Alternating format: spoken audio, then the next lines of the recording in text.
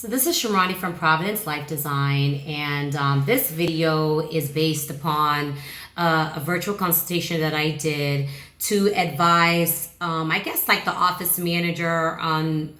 They approached me with consulting to bring in fake plants.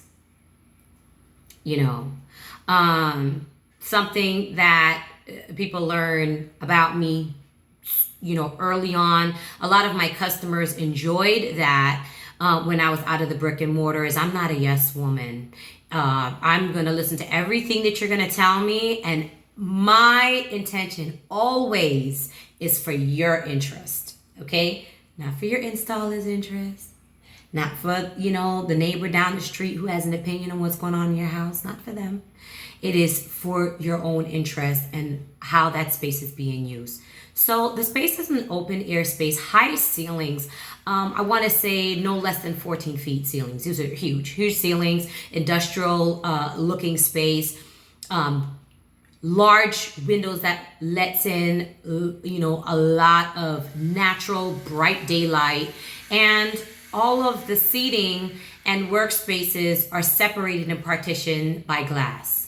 Okay, now to someone who knows that this video is about plants, but then they hear about the environment, they're thinking, well, goodness, that sounds like the ideal place for something to grow and blossom, right?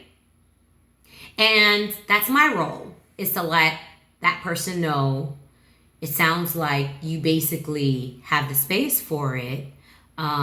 But what they're trying to avoid is the maintenance and the upkeep of it.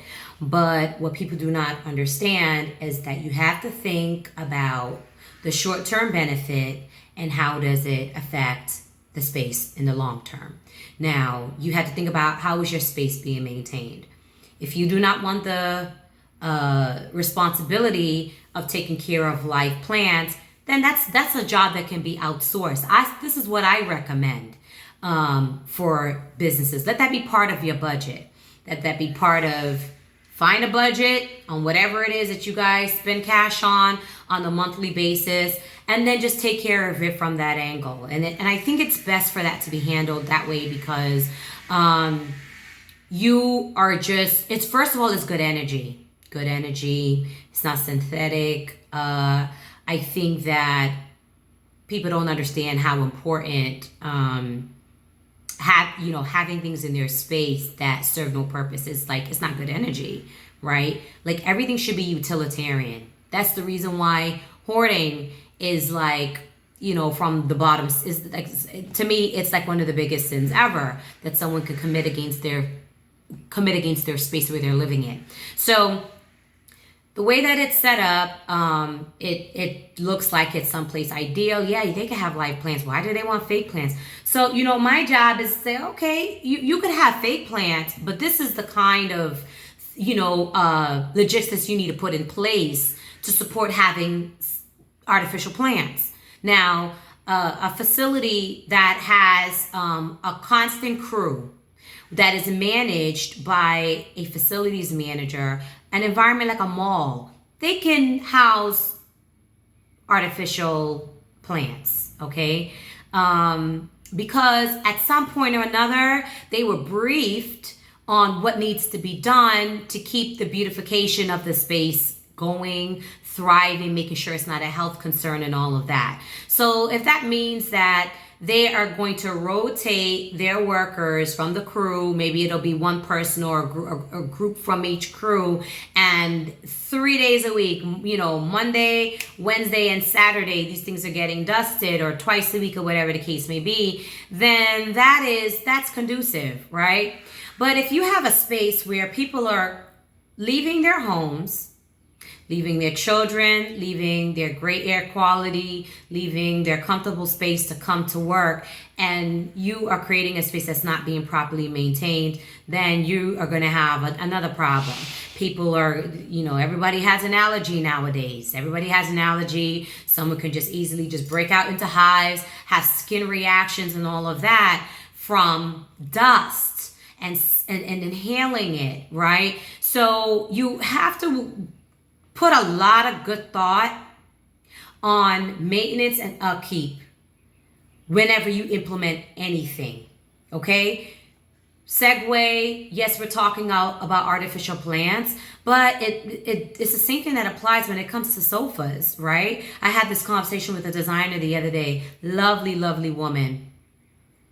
And, maintenance is just as important as you purchasing something and having it in your space. You need to think about, how is this going to live? How is it going to thrive? How am I going to thrive and live alongside of it?